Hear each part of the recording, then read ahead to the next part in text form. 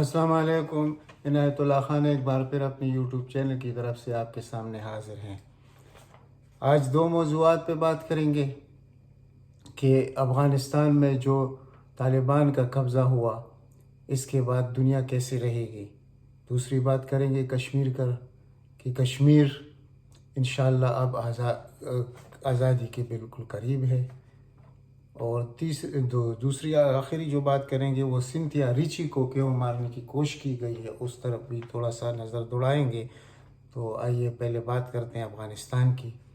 وہ جو لوگ کہتے ہیں نا کہ تاریخ میں اللہ تعالیٰ نے دو قومیں پیدا کی، ایک انسان اور دوسرا پختون۔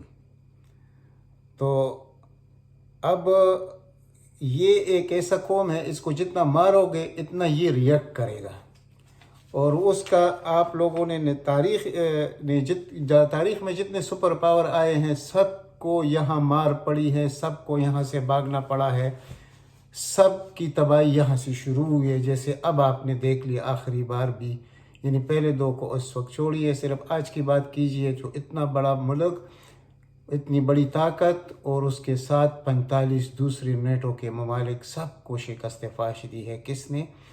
صرف کالی پگڑیوں والوں نے۔ یعنی کہ جیسے نعمت اللہ شاہ ولی نے کہا تھا کہ دنیا کے فیصلے اسلام آباد اور کابل سے ہوں گے، تو وہ چیزیں ہمیں کچھ نظر آ رہی ہیں کہ اس وقت جو کچھ یہ ہوا ہے یہ بہت بڑی بات ہے، یہ کسی کی سمجھ میں نہیں آ رہا۔ یعنی آگے جا کر یہ بھی ہو سکتا ہے مستقبل قریب میں کہ پاکستان اور افغانستان کا کنفیڈریشن بھی ہو جائے، اور یہ جب سب یہ چیزیں ہوتی رہیں گی اور اس دوران آپ کو کشمیر آزاد ہوتا ہوا نظر آئے گا۔ اب آپ خود سمجھیے کہ میں کیا کہہ رہا ہوں، اور کیا اس وقت جو حالت مودی کی ہے یا مودی سرکار کی ہے، بالکل پاگلوں کی طرح ریئیکٹ کر رہے ہیں، بالکل پاگل ہو چکے ہیں۔ ان کو ان آئینے میں اپنا عکس نظر آ رہا ہے کہ ہمارے ساتھ ہونے والا کیا ہے۔ یعنی کہ کشمیر ابتدا ہوگی ڈی سینٹیگریشن آف انڈیا کی۔ انڈیا اس وقت ٹوٹنے جا رہا ہے، بہت جلد آپ دیکھیں گے انشاءاللہ۔ یہ ابتدا ہوا ہے اور کشمیر کی آزادی اب بہت قریب ہے۔ اسی لیے سعید علی گیلانی نے جو خط لکھا ہے طالبان رہنماؤں کے نام اور جو مبارکباد دی ہے، اور اس میں جو نوید سنائی جا رہی ہے کہ اب نمبر کس کا ہے، تو آپ خود سمجھیے کہ انشاءاللہ کشمیر کیسے آزاد ہوگا، کتنا جلدی آزاد ہوگا، یہ آپ خود سوچئے۔ اور ہمارے جو اس وقت مخالف قوتیں ہیں، خاص کر انڈیا، اس کی اس وقت حالت کیا ہے؟ ایک بالکل پاگل قیادت کی طرح، اور پاگل پن میں ایسے حرکات کر رہے ہیں کہ وہ کچھ بھی کر سکتے ہیں اس وقت، لیکن یہ انجام ان کا بہت برا ہوگا، ڈس انٹیگریشن پہ جا کے ختم ہوگا۔ اور اسی لیے عمران خان نے کہا تھا کہ مودی اگر جیت جائے تو یہ پاکستان کے مفاد میں ہے۔ تو اب آپ کو نظر آئے گا کہ اس مودی نے انڈیا کو کیسے ٹکڑے ٹکڑے کر دیا، اور اس کے اشارے تو بہت پہلے سے مل رہے تھے کہ انڈیا ٹوٹے گا۔ تو میں آپ کو آج یہ ویڈیو اپنے پاس محفوظ رکھی ہے، انشاءاللہ مستقبل قریب میں یہ سب کچھ ہوتا ہوا آپ کو نظر آئے گا۔ تاریخ نے بہت بڑی کروٹ لی ہے، یہ جو فتح ہوئی ہے کابل کی، یہ تاریخ کی بہت بڑی کروٹ ہے، اس کو سمجھنے کی ضرورت ہے۔ جو لوگ اس چیز کو سمجھتے ہیں، سوچتے ہیں، ان کو معلوم ہے کہ آئندہ دنوں میں کیا ہونے والا ہے۔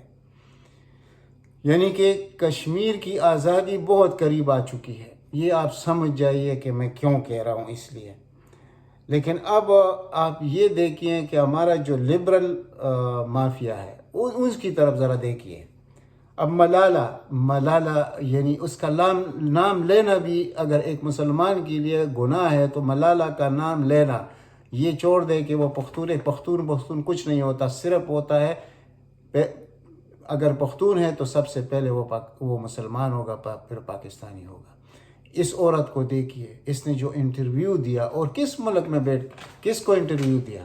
افغانستان کے ایک خاتون اینکر کو اس نے انٹرویو دیا، اور یہ کہا کہ یہ اس پاکستان کو چاہیے، دنیا کو چاہیے کہ ان لوگوں کو روکے، یعنی ان طالبان کو، یہ تو بہت برا کرنے والے آگے جا کر، یعنی یہ کون لوگ ہیں، یہ کس کے پیرول پر ہے اور اس کی اپنی حیثیت ہے کیا؟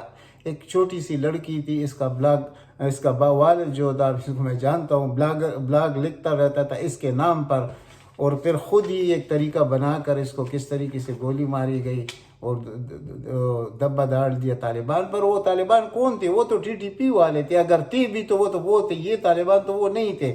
تو اس عورت نے، جس کو اذان بھی بری لگتی ہے اور وہ اصلی اذان کو تو چھوڑے، اس کو مرغ کی اذان بھی بہت بری لگتی ہے، یہ خود کو کیا کہتے ہیں؟ مسلمان کہتی ہے، یعنی کہ اپنے بھائیوں پر یہ خوش ہو رہی ہے کہ وہ تباہ اور برباد ہو۔ تو ایسی عورت کا نام لینا میں کہتا ہوں گناہ ہی سمجھتا ہوں، اس کا تو نام ہی نہ لے۔ اور یہ جو ہمارے لبرلز ہیں، ان کو تو ایسے لوگوں کی ضرورت ہوتی ہے، یہ خونی لبرل جن کو ہم کہتے ہیں ویسے نہیں کہتے۔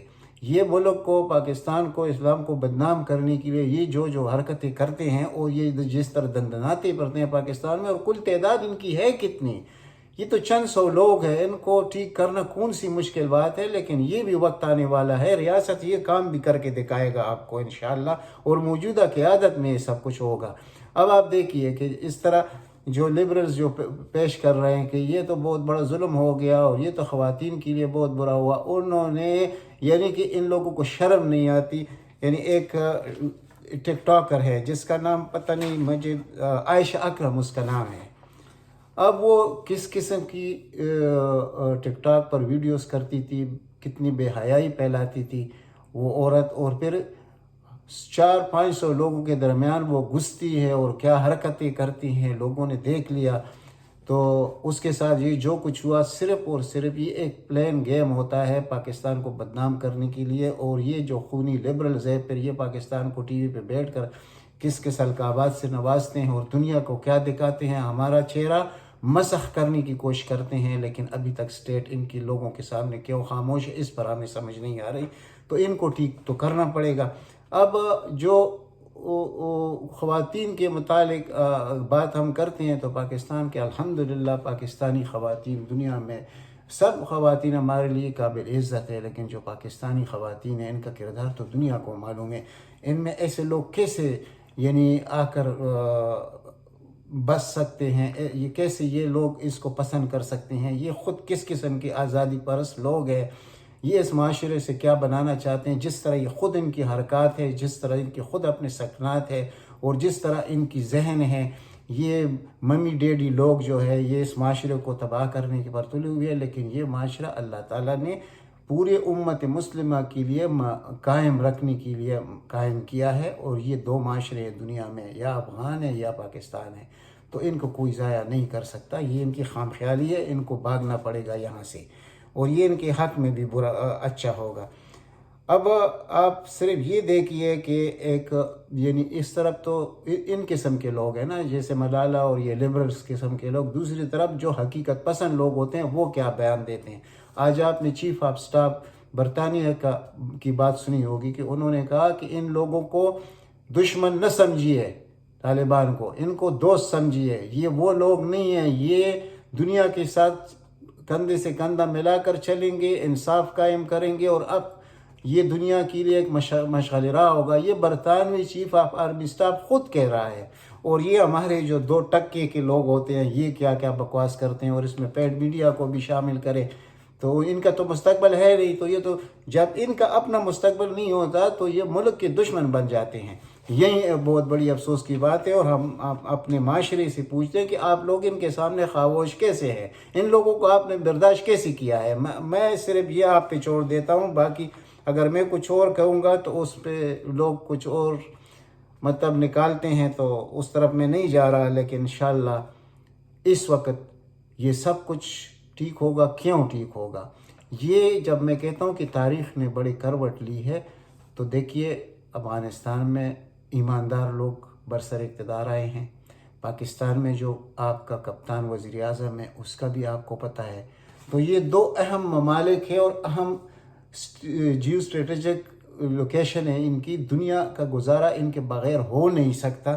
تو یہ 2 جب ایماندار لوگ ہوں گے اور اس قسم کی ان کے آپس میں اتحاد ہوگا تو انشاءاللہ یہ ملک، یہ دونوں ممالک کہاں پہنچیں گے، اور دنیا اس کی تقلید پر مجبور ہوگی۔ یعنی یہ وہ کچھ کریں گے اور یہ صاف نظر آ رہا ہے۔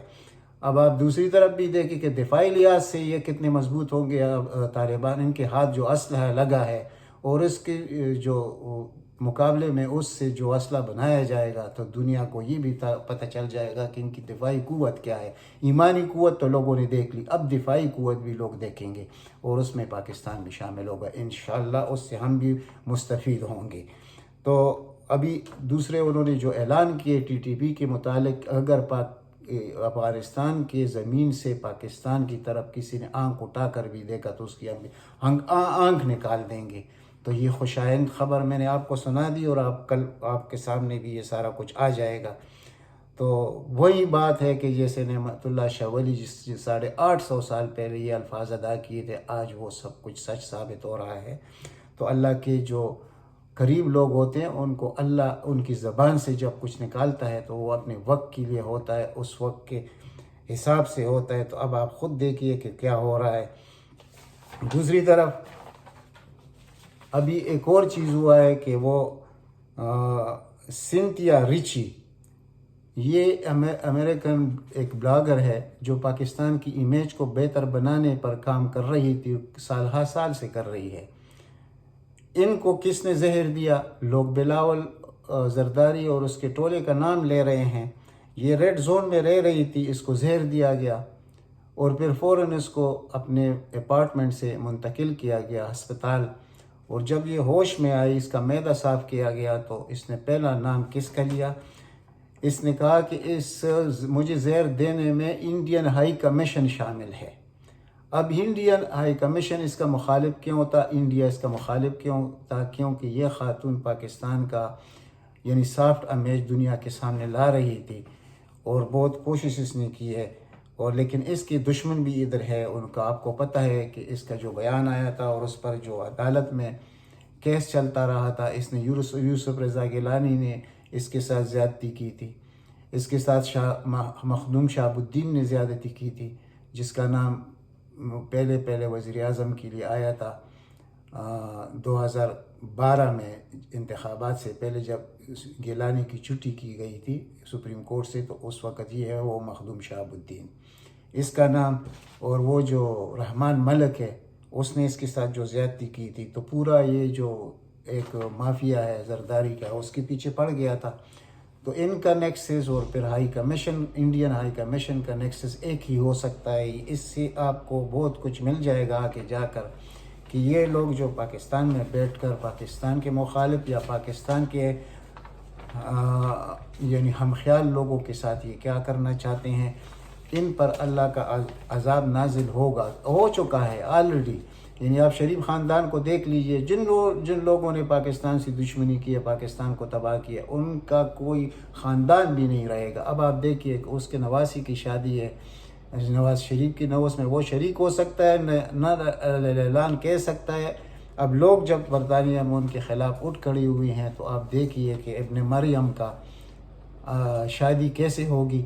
یہ سب لوگ، یہ پاکستانی مخالف، ان کو جو درد ہوا ہے طالبان کی فتوحات سے، یہ پہلے بھی نیم پاگل ہو چکے تھے، ختم ہو چکے تھے ذہنی طور پر، اب تو مکمل یہ انشاءاللہ ختم ہو جائیں گے، کیونکہ یہ جو فتح ہوئی ہے، یہ فتح صرف افغانستان کے لیے تو نہیں ہوئی، یہ بہت بڑی فتح ہوئی ہے پاکستان کی۔ کسی کو سمجھ نہیں آ رہا کہ ہوا کیا ہے۔